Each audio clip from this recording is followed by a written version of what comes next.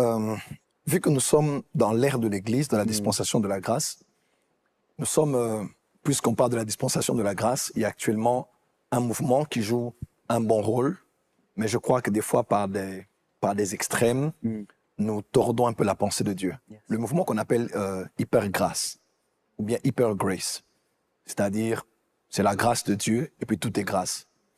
Regardez avec moi Éphésiens chapitre 2. Lorsque Paul parle aux Éphésiens, il savait de quoi il parlait et à qui il parlait, puisque à Éphèse, il y avait un grand marché qu'on appelait Agora. Le Agora, c'était le grand marché. Agoraza, c'est le verbe pour aller acheter au marché. Agorazo, c'est pratiquer quotidiennement ce qu'on appelle de faire le marché. Et il y avait Exagorazo, qu'on parle de rédemption, donc acheter puis mettre hors de tout circuit commercial. Alors, en parlant déjà aux Éphésiens, il parlait aux gens qui avaient une grande pensée sur les échanges, sur l'achat et la vente. C'est comme ça qu'il dit dans Éphésiens chapitre 1, il dit, vous avez été rachetés. Donc, quand on parle de racheter, vous avez été achetés comme au marché. Alors, mais néanmoins, quand il parle aux Éphésiens, il dit, nous avons été sauvés par la grâce de Dieu, mais au moyen de la foi en Jésus. Ça veut dire, même la grâce qui est gratuite ne se reçoit pas que parce qu'elle est donnée. Il faut payer le prix de la foi en Jésus pour recevoir cette grâce. Puisqu'on parle beaucoup de grâce, la grâce prophétique, Dieu t'a appelé, c'est une grâce, c'est vrai. Mais on ne peut pas atteindre un niveau supérieur uniquement par la grâce. Il y a un prix qu'il faut payer. S'il faut acquérir la grâce du salut en payant de la foi pour atteindre un ministère prophétique très élevé, il y a un prix à payer. Il n'y a pas de grande chose sans prix à payer. Et celui qui connaît le prix à gagner n'aura pas peur du prix à payer. Mon frère parlait de la croix. Il n'y a pas de terre promise sans désert. Il n'y a pas de Pentecôte sans Pâques. Il n'y a pas d'effusion de l'esprit sans effusion de sang. Il n'y a pas de couronne de gloire et de trône sans couronne d'épines. Il n'y a pas de rose sans épines. Et il n'y a pas de Christ glorifié sans Christ humilié. Avant d'atteindre une dimension supérieure, dans quel que soit ce domaine, vous devez passer par un temps où vous allez payer un prix. Et plus grand est votre prix à payer, plus grande sera votre onction. Amen. Plus intense est votre prix à payer, plus éblouissant sera votre éclat.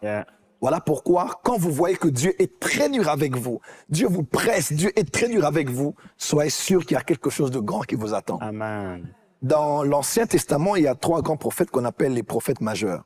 C'est pas par rapport à leur onction prophétique, c'est par rapport au volume de leurs écrits. Nous avons Ézéchiel, nous avons Ésaïe, nous avons Jérémie. Jérémie, le prophète du Père, il parle beaucoup au nom de l'Éternel. Ézéchiel, prophète du Saint-Esprit, parle beaucoup au nom de l'Esprit. Et Ésaïe est le prophète messianique, il parle beaucoup du Fils. Et quand Jérémie parle, Jérémie dit, tu m'as séduit, je me suis laissé séduire. Tu m'as saisi, tu m'as vaincu. Ça, c'est un prophète qui parle. Il dit, tu m'as séduit, je me suis laissé séduire. Après, tu m'as saisi, tu m'as vaincu. Parce que Dieu, quand il commence à former son prophète, il conjugue 2 verbes.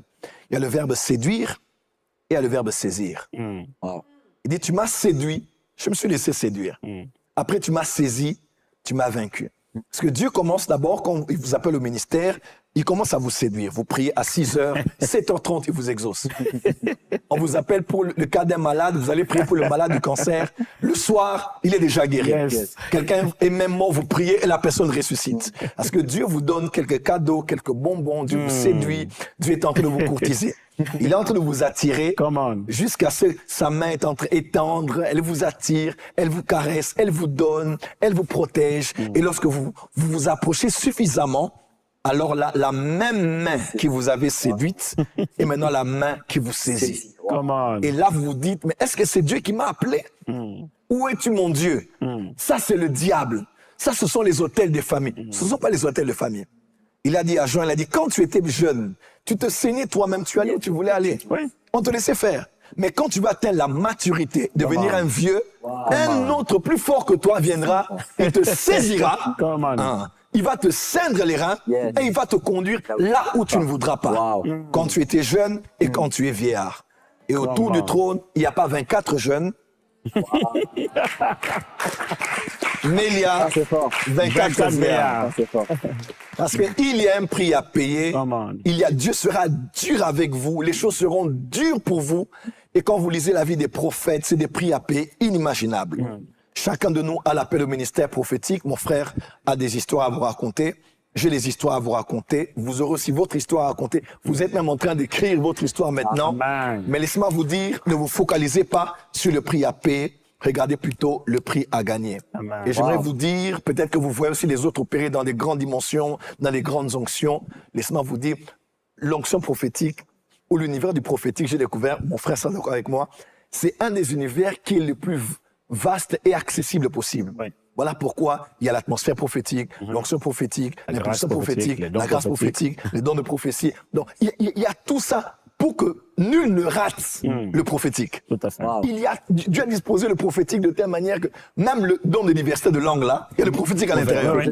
De telle manière que aucun de nous dans cette génération ne rate le prophétique. Yes. Regardez un peu cette femme, elle va voir le Seigneur dans Marc, elle dit Seigneur, j'aimerais que quand tu vas arriver à ton apogée, j'aimerais vraiment que mes fils qui sont avec moi ici, un soit à ta Ben, les deux gauche, fils de Zébédée. l'autre soit à ta droite, les fils de Zébédée. Zébédée, oui. Et ce qui m'étonne, c'est que Jésus ne condamne pas cette femme. Il ne dit pas, femme, tu es trop ambitieuse. Voilà. Femme, tu es trop charnelle. Femme, pourquoi désires-tu de grandes choses? Pourquoi aspires-tu aux grandes choses? Sois attiré par des choses humbles. Jésus dit non. Jésus n'a pas contredit la femme. Il a dit, bon, les trônes sont là, mais est-ce que ils sont capables de boire la coupe La coupe. que je vais boire? Est-ce qu'ils sont prêts à être baptisés du baptême dont je serai baptisé? Come on. La coupe, c'est l'eau qui entre en toi. Yes. Mais le baptême, c'est toi qui entres dans l'eau. Wow. J'aimerais dire à quelqu'un, il y a un temps où ça va entrer en toi et un temps où tu vas entrer dans cela. Wow. Ah, il y a des fois où les problèmes vont entrer dans ton âme. Il y a des fois où ta vie, ta famille, ta femme, tes enfants, ton église, vous serez tous emmenés dans un baptême.